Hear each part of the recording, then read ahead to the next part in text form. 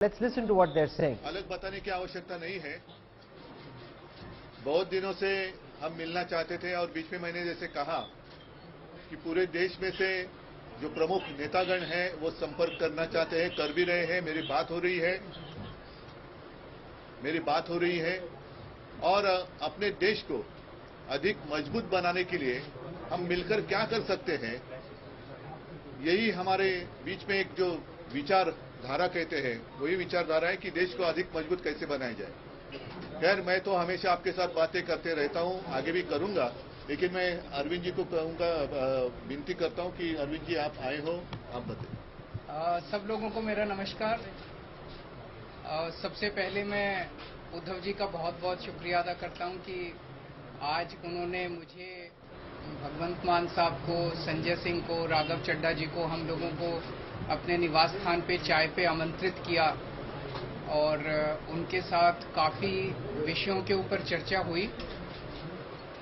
उद्धव जी से मिलने का मेरा बहुत दिनों से मन था। खासकर कोरोना के दिनों में मुझे याद है कि जब कोरोना पीक पे था उस वक्त हम सब लोग एक दूसरे से सीख रहे थे और जिस तरह से उद्धव जी ने और उनकी सरकार ने बॉम्बे में और पूरे महाराष्ट्र में कोरोना को कंट्रोल किया, वो बहुत काबिले तारीफ था। और मुझे ये कहने में बिल्कुल भी संकोच नहीं है कि हम दिल्ली के लोगों ने बॉम्बे से और महाराष्ट्र से बहुत कुछ सीखा। इनकी कई सारी प्रैक्टिसेस होती थी जो कि बहुत अच्छी थी, जिनको हम दिल्ली में अपनाते थे, दिल्ली में हम उसको लागू करते थे। बहुत दिनों से मेरी इच्छा थी इनसे व्यक्तिगत तौर पे मिलने की और आज मुझे व्यक्तिगत तौर पे इनसे मिलने का, पूरे परिवार, आदित्य जी से मिलने का, पूरे परिवार से मिलने का सौभाग्य प्राप्त हुआ और हमने बहुत सारी चीज़ों के ऊपर चर्चा भी की। आज देश के जो हालात हैं उनके ऊपर हमने चर्चा की। आज देश का युवा जो है वो बेरोजगारी से बुरी तरह से त्रस्त है। पढ़ लिख के लोगों को, बच्चों को नौकरी नहीं मिल रही है। बड़े बड़े उनसे वादे किए गए थे कि 2 करोड़ नौकरी देंगे, 4 करोड़ नौकरी देंगे, बच्चों को नौकरियां नहीं मिल रही हैं और युवा जो है दर दर की ठोकरें खा रहा है। लोगों के घर का खर्चा नहीं चल रहा, इतनी महंगाई हो गई है, इतनी ज्यादा महंगाई हो गई है कि लोगों को अपना आमदनी बढ़ नहीं रही है और लोगों का खर्चे बढ़ते जा रहे हैं, चीजें महंगी होती जा रही हैं। जिस तरह से मौजूदा केंद्र सरकार कुछ चंद पूंजीपतियों को फायदा पहुंचाने के लिए एक तरह से पूरे देश को गिरवी रख रही हैं, सारे देश के संस्थानों को बेचती जा रही हैं। अब एक बहुत बड़ा आज सुनने में आया है कि एलआईसी जो है वो एलआईसी भी अब धीरे धीरे घाटे में जाने लगेगा। करोड़ों करोड़ों लोग, जिन लोगों ने अपनी पूरी जमा पूंजी एलआईसी के अंदर जमा कराई थी, उन लोगों का क्या होगा। इन कई सारे विषयों के ऊपर चर्चा हुई, देश के गंभीर हालात के ऊपर चर्चा हुई। हमारा देश तभी आगे बढ़ेगा जब हम एक दूसरे से सीखेंगे। हमें एक दूसरे से लड़ना नहीं है, हमें एक दूसरे से सीखना है। इस देश की जितनी भी समस्याएं, उन सारी समस्याओं का समाधान कहीं ना कहीं देश के अंदर है, पर यह है कि हम आपस में मिलते नहीं हैं, आपस में चर्चा नहीं करते हैं। तो मुझे बहुत अच्छा है कि उद्धव जी से आज चर्चा हुई बहुत, और हम इसको अब आगे मिलते रहेंगे और इस रिश्ते को और आगे लेके जाएंगे। मैं मान साहब से निवेदन करूंगा वो भी क्वेश्चन। आवाज आएगी। आज उद्धव जी से मिलने का मौका मिला, पूरे परिवार में बैठने का मौका मिला। पंजाब और महाराष्ट्र का बहुत गहरा नाता है। आज़ादी के संग्राम में भगत सिंह पंजाब से थे तो राजगुरु ऊना से थे, तो वो इकट्ठे देश के लिए, आज़ादी के लिए लड़ाई लड़ रहे थे। तो वीर सूरमाओं की भूमि है महाराष्ट्र, और पंजाब, महाराष्ट्र, बंगाल, चंद्रशेखर आजाद यूपी से, तो सब इकट्ठे होकर देश की आज़ादी के लिए लड़ रहे थे। उन्होंने ये नहीं कहा था कि उनको कदाचित ये चिंता नहीं थी कि आज़ादी आएगी या ना, उनको चिंता ये थी कि आज़ादी के बाद देश कौन से हाथ में जाएगा। तो इस देश की आज़ादी बहुत महंगी मिली है, वो भीख में नहीं मिली। बहुत बड़ी बड़ी कुर्बानियां हमारे जो पुरखे हैं, हमारे बुजुर्गों ने दी हैं। तो उस आज़ादी को कायम रखना भी हमारा फर्ज बनता है। वो तो अपनी कुर्बानियां देकर चले गए, हम उस आज़ादी को कायम रखने के लिए भी पंजाब हमेशा, हम बॉर्डर स्टेट हैं, हमारे जवान जो है सीना तान के खड़े हैं। तो देश कैसे आगे बढ़े, इस देश को दुनिया का नंबर 1 देश कैसे बनाया जाए। सोने की चिड़िया जो देश को कहा जाता था, उस चिड़िया के पंख किसने नोचे और उस चिड़िया का जो पूरा, मैं कहता हूँ, एक एक पंख नोच कर कौन खा गया और कौन जो है वो इस देश में से लोग भाग रहे हैं, चाहे वो बड़े बड़े करोड़पतियों के नाम भी आ रहे हैं कि वो देश छोड़कर भाग रहे हैं। तो हमारा देश हर किस्म का मौसम है, हमारे पास मारूथल है, हमारे पास दरिया है, समुंदर है, कोल है, तेल है।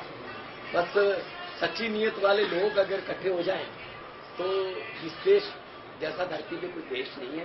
तो पूरे देश के 130 करोड़ लोगों का जो कल्याण कैसे हो, हर घर के चूल्हे को जो है वो आटा मिले, हर घर में आग जले, चूल्हे में रोजगार मिले और तरक्की हो, तंदुरुस्ती हो, इन मुद्दों पे बात हुई और अच्छा लगा।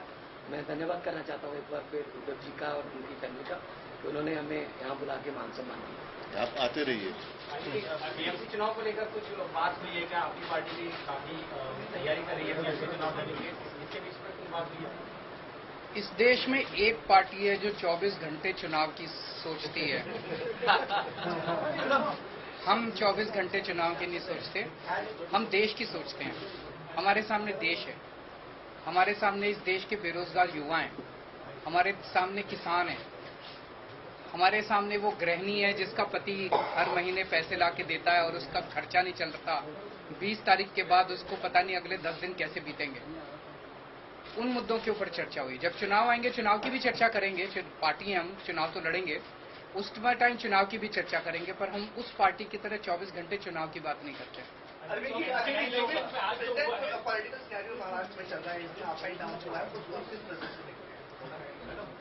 इस पे मैं एक ही चीज कहूंगा, अभी पिछले दिनों जो कुछ घटनाक्रम घटा, उद्धव जी की पार्टी की चोरी हो गई, उनका सिंबल चोरी हो गया, उनका नाम चोरी हो गया, उनका सारा जो था वो सब चोरी करके ले गए। पर मैं एक ही चीज कहना चाहता हूं, इनके पिताजी शेर थे और ये शेर के बेटे हैं, तो पूरा महाराष्ट्र इनके साथ है और मैं पूरी उम्मीद करता हूं कि सुप्रीम कोर्ट से इनको न्याय भी मिलेगा। और मेरा अपना मानना है कि ये सारे आने वाले चुनाव जो हैं वो स्वीप करने जा रहे हैं उद्धव ठाकरे। तो सर, आप क्या सोच रहे हैं कि आने वाले समय में अगर महाराष्ट्र में चुनाव लड़ते हैं तो उद्धव जी के साथ आप अलायंस करेंगे? क्या सोच? जब चुनाव आएगा आपको सारी बातें बताएंगे। आज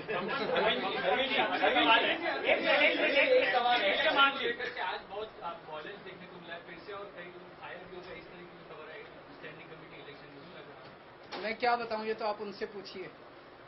गुंडागर्दी के सिवा उनको कुछ काम नहीं आता। अगर वो इतना देश की जिम्मेदारी उन लोगों को दी हुई है, अगर वो देश के बारे में सोचें तो देश बहुत तरक्की कर सकता है। चारों तरफ गुंडागर्दी, चारों तरफ ये, इससे देश आगे नहीं बढ़ता।